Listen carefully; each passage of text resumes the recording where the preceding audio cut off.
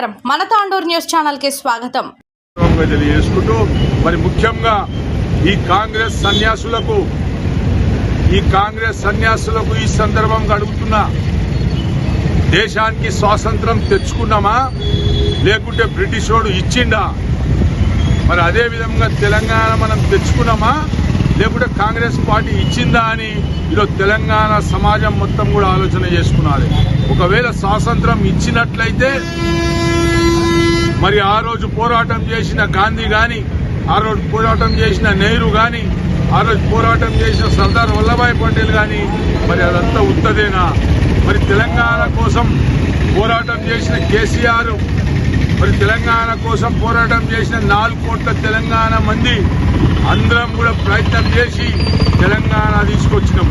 ఒకవేళ కాంగ్రెస్ కు ఇచ్చే ఉద్దేశమే ఉంటే, ఒకవేళ కాంగ్రెస్ తెలంగాణ భవిష్యత్తు కోరుకున్నది ఉంటే 56లో నెహ్రూ గారు వచ్చి సమైక్య రాష్ట్రంలో కలిపింది ఇదే కాంగ్రెస్ పార్టీ అని చెప్పేసి ఈ సందర్భంగా చెప్పక తప్పదు. మరి 69లో తెలంగాణ మొత్తం కూడా ఉవ్వెత్తున ఉద్యమం నడిస్తే మరి ఈ రోజు కూడా తూటాలు కొట్టిన 369 మందిని చంపిన ఘనత ఇందిరాగాంధీది, కాంగ్రెస్ పార్టీదని చెప్పక తప్పదు. మరి 2009లో ఎప్పుడైతే ఉద్యమంలో మరి 1200 మంది విద్యార్థులు, 1200 మంది అభిమానులు, తెలంగాణ వీరులు, అమరవీరులు ప్రాణాలు త్యాగాలు చేస్తే తెలంగాణ తెచ్చుకున్నాం వచ్చింది తప్ప ఏ కాంగ్రెస్ వాడో ఏ బీజేపీ వాడో అన్నారు, ప్రజాపాలన అన్నారు.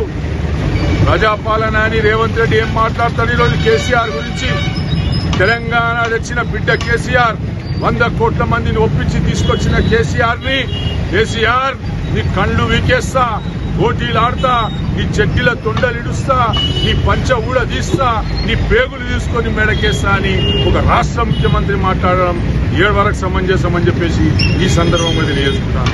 మరి నిన్నగాక మొన్న అసెంబ్లీలో ఇదే దానం నాగేందర్, ఇదే దొంగ టీఆర్ఎస్ పార్టీ నుంచి గెలిచిపోయి మా ఎమ్మెల్యేలను నీ అమ్మ తోలు తీస్తారా, మీరు తిరగనీయనరా అని చెప్పేసి ఈ విధంగా మాట్లాడుతున్న వ్యక్తిని మీరందరూ కూడా ఆలోచన చేసుకున్నారు.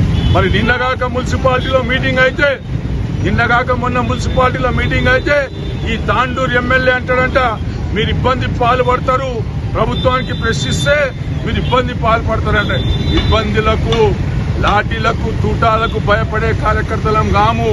మరొక్కసారి చెప్తున్నాము, ప్రజలకు ఏవైతే 6 గ్యారెంటీలు ఇచ్చిండ్రో ఆ 6 గ్యారెంటీలు అమలయ్యేంత వరకు మీకు నిద్రపోవనీయమని చెప్పేసి కూడా ఈ సందర్భంగా మేము ఎన్నికల్లో చెప్పినాం, కాంగ్రెస్ వస్తే కరప్షన్ వస్తుంది, కాంగ్రెస్ వస్తే కరెంటు పోతుంది, కాంగ్రెస్ వస్తే కమిషన్లు పెరుగుతాయి, కాంగ్రెస్ వస్తే కర్ఫ్యూలు వస్తాయి, కాంగ్రెస్ వస్తే ఈ రాష్ట్రం ఖతమవుతుందని చెప్పినాం. కానీ ప్రజలు మోసపోయినరు. దయచేసి ప్రజలందరూ కూడా ఆలోచన చేసుకున్నాలి. తెలంగాణ పోరాటం చేసి తెచ్చుకున్న రాష్ట్రం ఇది. ఈ రాష్ట్రానికి ఎలాంటి నష్టం జరిగినా వదిలే పరిస్థితి ఉండదని చెప్పేసి కూడా ఈ సందర్భంగా చెప్పుకుంటూ, అతి త్వరలో రోహిత్ రెడ్డి గారి నాయకత్వంలో గ్రామాలను తిరుగుతాం.